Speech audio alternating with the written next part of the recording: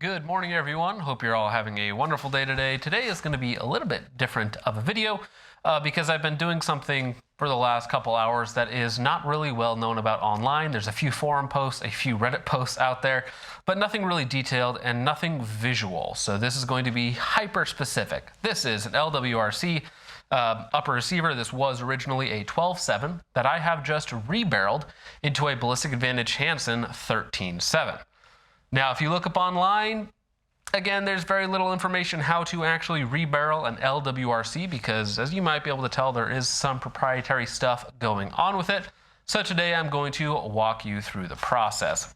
Starting off, the upper receiver is, of course, a little bit funky. Here is actually my LWRC upper receiver. This was barreled in a 16-inch barrel, but I'm actually going to be rebarreling it with a 12.5-inch barrel or 12.7-inch barrel that I took out of this guy. Now, this is not actually my upper receiver. A kind gentleman reached out to me asking if I could rebarrel his LWRC, originally in a 12.7 barrel, to 13.7, and then pin and welding it with a Knox 9-point here so that it would go up to a legal 16-inch rifle length. He didn't want to worry about SBRs, pistols, so on and so forth, so he just wanted it with a little bit longer barrel and, of course, pin and welded to that legal 16-inch minimum.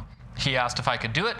Me, not knowing any better, said, yes, of course I can do that because I did do a little bit of research ahead of time, and it was a little bit of an in-depth process, but I was, of course, able to get it done. Now, this is, of course, the customer's upper receiver in what is a very beautiful, I believe, sniper gray finish. Looks very good. Now, here is my LWRC upper because, of course, recently I did do a video on the 16-inch LWRC. I am taking it apart and doing some other stuff with it, which we'll get into in just a minute. But starting out with their monoforge upper receiver. As you can tell, there is a lot of proprietary stuff going on with where the handguard and the barrel nut goes on. Now, this extension here on the upper receiver, you might not be able to tell it on camera, but these extensions are completely threaded all the way down to where the barrel nut actually sits in the upper receiver. The barrel nuts are these little guys. These are very small, interesting little barrel nuts. They're very diminutive and they require a special tool to get them out. That special tool is this guy right here. This runs a whopping $125 just for this little tool that goes in, then sits on the teeth of your barrel nut and then allows you to get it off. Now, LWRC from the factory uses an insane amount of torque on their barrel nuts. And on top of that, it looks like they used red Loctite as well. So I'm not joking when it felt like getting these barrel nuts off, I was worried I was going to warp the upper receiver or ruin the tool because, again, that tool is 125 bucks. It was an immense amount of force to get those to actually break free. Now, the reaction rod that I'm using, this is the Midwest Industries reaction rod. It has a very tight fit on top of the extra support up top. So it does a very good job of supporting your upper receiver. Again, has a very nice tight fit, does require a good amount of force to get it on. So it supports the upper receiver very well. Even with all of that, with a breaker bar and a snap-on 1 1/8 inch crow's foot, it was very sketchy to get it off. I actually ended up having to use a little bit of an extension on this to actually get it to go because, again, they were insanely secured to the upper receiver. Now, LWRC does not design their stuff to be user serviceable, to be easy to work on. They don't care about that whatsoever. They design it to be as tough, as durable as possible, and user serviceability, adjustability, all that is way, way down at the end of the list. If you end up burning out one of their barrels, you actually need to send it back into them, and they charge you, I think, $500 for a new barrel and swapping all the parts out. Now, next up on the LWRC stuff is the barrel itself is also a little bit different. So here is my 16-inch barrel, which I took out of my upper receiver with the beautiful flutes. This is a cold hammer forged Nicor treated barrel. Here is the 12.5 or the 12.7 that I pulled out of this upper receiver. For all intents and purposes, it is mostly identical to an AR-15 or a standard AR-15 barrel with one minor deviation. That is going to be here on the indexing pin. The indexing pin is a little bit shorter and it's also domed, whereas a standard indexing pin on an AR-15 has a flat top. It is about 1/8 by 1/8 in terms of its dimensions. This is a little bit shorter. It's still 1/8 wide, but it's a little bit shorter in terms of its height, and it is very aggressively domed, meaning that this barrel will fit in a standard AR-15 upper receiver. However, a standard AR barrel like the Hanson here won't fit into a LWRC upper without some modifications. There are two ways to perform that modification. There's the easy way and the hard way. The easiest way, because they have the same dimensions in terms of the width on the indexing pin, is just to take whatever barrel you're going to be putting in to the LWRC and just shortening that index pin by maybe 30, 40 thousandths of an inch with a grinder or just a file or something, just taking it straight down. The harder way to do it is to take it down just a little bit, like say 20 thousandths of an inch, and then to round it, dome it off like the LWRCs are domed from the factory. Here is a FN 14.5. This is one of their cold hammer forged chrome line barrels. As you can see, it does not have, or it is just flat on top. So to modify it, it is annoying to do, but it is something that you can do with just a hand tool or like using a grinder or something like that. I used a grinder. Now, because the indexing pin basically just indexes the barrel on the upper receiver, I chose to go the easy route and just shave it down just a little bit so that you can get that barrel into the upper receiver. Now, another thing to note is that not all barrels will work with their barrel nut removing tool. So this tool is actually tapered on the inside. Fortunately, the Hanson barrels are tapered properly, or tapered in such a way that it allows the tool to still fit over them. So basically, again, here we have the FN barrel. If this initial section here is too long, like I know on some of the Criterion barrels, this initial very heavy section actually goes out like a whole extra inch. This taper on the inside of their barrel nut removing tool will not fit over. Fortunately, on this barrel, it does, but it is going to depend on what type of barrel you're using.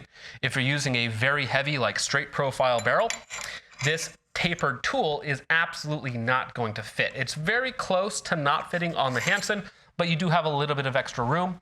On the LWRC barrels, you can see that it is just a little bit longer, but it just perfectly fits on there. And again, you can't get it up any higher than that. And it's supposed to be basically perfect because they are matched for each other. Now, before you take off the barrel nut, you should probably take off the gas block.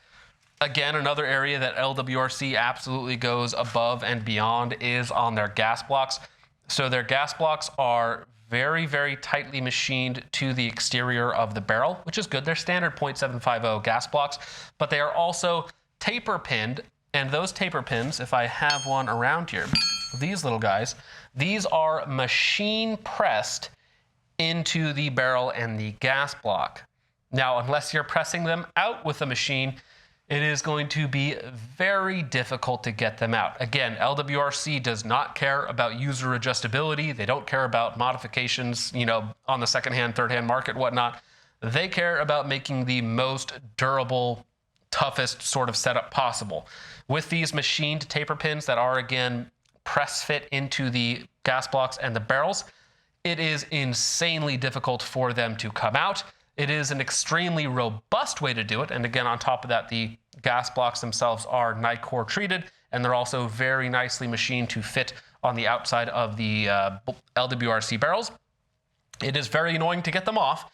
It does require a lot of work with a hammer basically to get them off, a lot of force, time, and energy to get these pins out. Once you do, then you're going to need to even use a hammer and a pin to kind of push the barrel nuts or push the gas blocks off of the barrels, because again, they are very tight to the barrel themselves.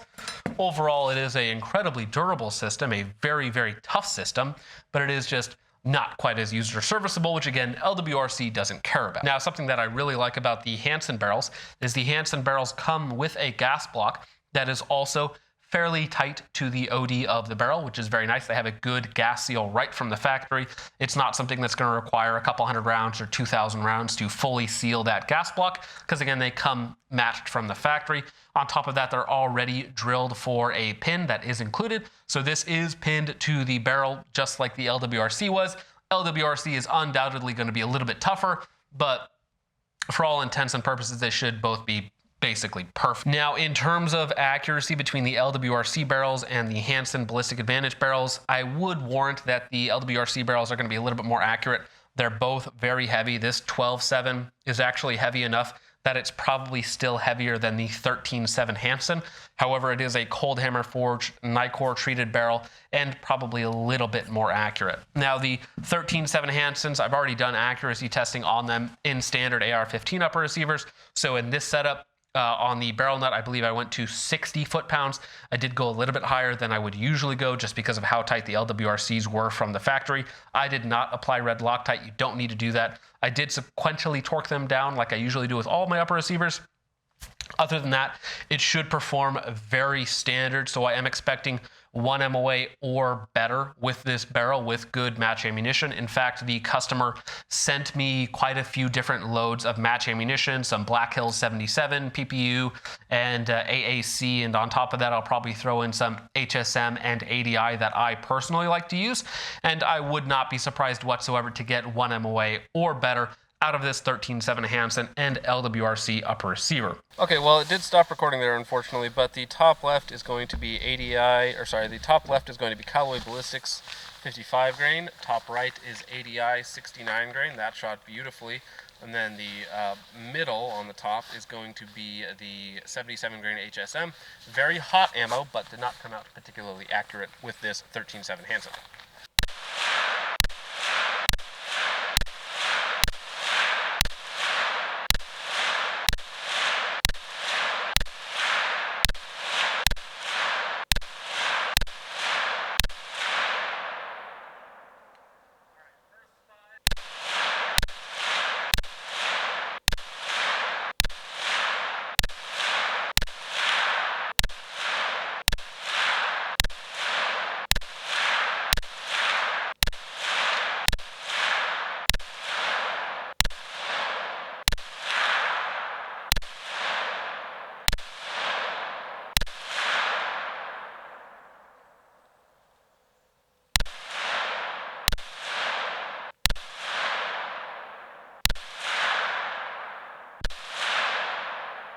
.5 grain Callaway. This is actually maybe about 1.5 inches, so about 1.5 MOA for just 55 grain ball. This is much closer to 1 MOA, 5-round group with the ADI 69 grain match. 77 grain HSM coming in at about 2.5 MOA. Not great actually, so just didn't like the 77 grain load. This is our PPU 10-round group, so we have all 10 rounds in about 2 inches. Now, 10 rounds, 2 inches, that's not terrible. I think that's perfectly fine, to be honest, especially for a cheap match load. This is probably the best result here. This is 10 rounds of the AAC 77 grain load, so kind of a Mark 262 knockoff, coming in at just a little bit over 1 inch, 1.5 inches. So 1.5 MOA for a 10-round group. Very happy with that. The first 5, I believe, were all right here. So the first 5 were definitely a MOA group. So again, happy with that. This is not good. 1, 2, 3, 4, 5, 6, 7, 8, 9, 10, 11. So these 10 here, I believe, were the first 10 of the 77 grain Black Hills, which I would hope to do a lot better than that, coming in at maybe 3 inches, maybe even 3.5 inches for a 10-round group. Lots of spread, and we see the exact same thing when I shot another 5-round group. We see 4 good and about 1 MOA, and then a 5th flyer all the way up here. That's crazy for that ammunition, and that's something that we're not seeing crazy flyers on any of the other groups, but on that 77 grain Black Hills, we see a huge flyer. It should be noted too that at this point we've shot probably, almost 100 rounds through the gun, and so maybe it's a little bit hotter, and so maybe that's why we get that flyer, but that probably shouldn't happen. Then we finished off with another 5-round group of this, the AAC 77 grain, and now we have more vertical dispersion for sure, but this is still about 1.5, maybe 2 inches for a 5-round group. Overall, 69 grain ADI match, really, really good, and the 77 grain from AAC performed pretty fantastic for the money. Also shooting our just basic 55 grain ball very well. Keep in mind, this is again at 100 yards.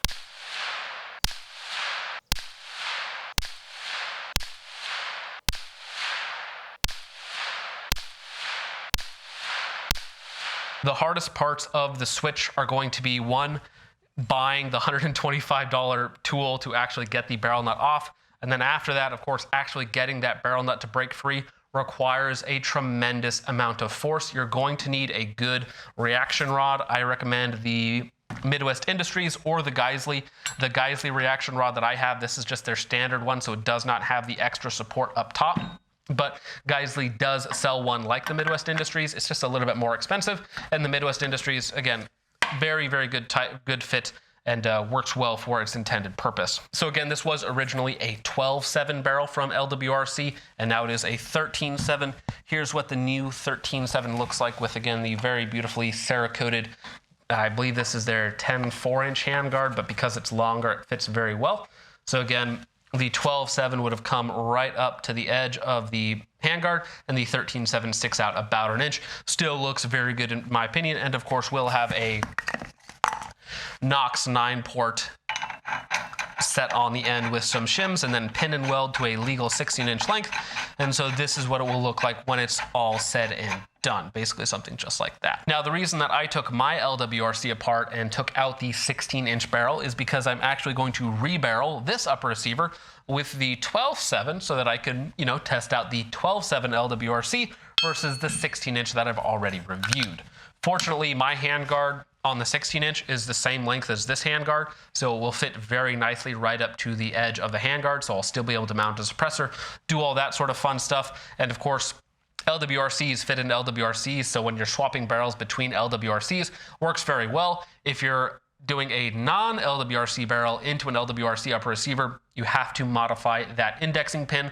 Modifying the indexing pin took me like 5 minutes. That was super easy. Just make it a little bit shorter, not too short, but make it a little bit shorter. Make sure that it lines up, tap it into position, and it's good to go. So here's what mine will eventually look like, and I will eventually have a new review on the 12.7 as well, but here's what it will look like when that's all done, when I get around to assembling that a little bit later. Last thing that I did want to talk about is on mine, I don't have the LWRC. Damn it, come on, man. Now, the last thing that I want to talk about that I didn't get to talk about in my LWRC video is going to be the keyless carrier from LWRC, which of course has the gas key machined into the body itself. It is one piece, meaning that you never have to worry about a gas key screw shearing, breaking off, loosening, staking, gas key screw type, anything like that, because it is of course one solid piece. On top of that, the design is also fantastic. You have extended rails on the front and back for extra carrier stability.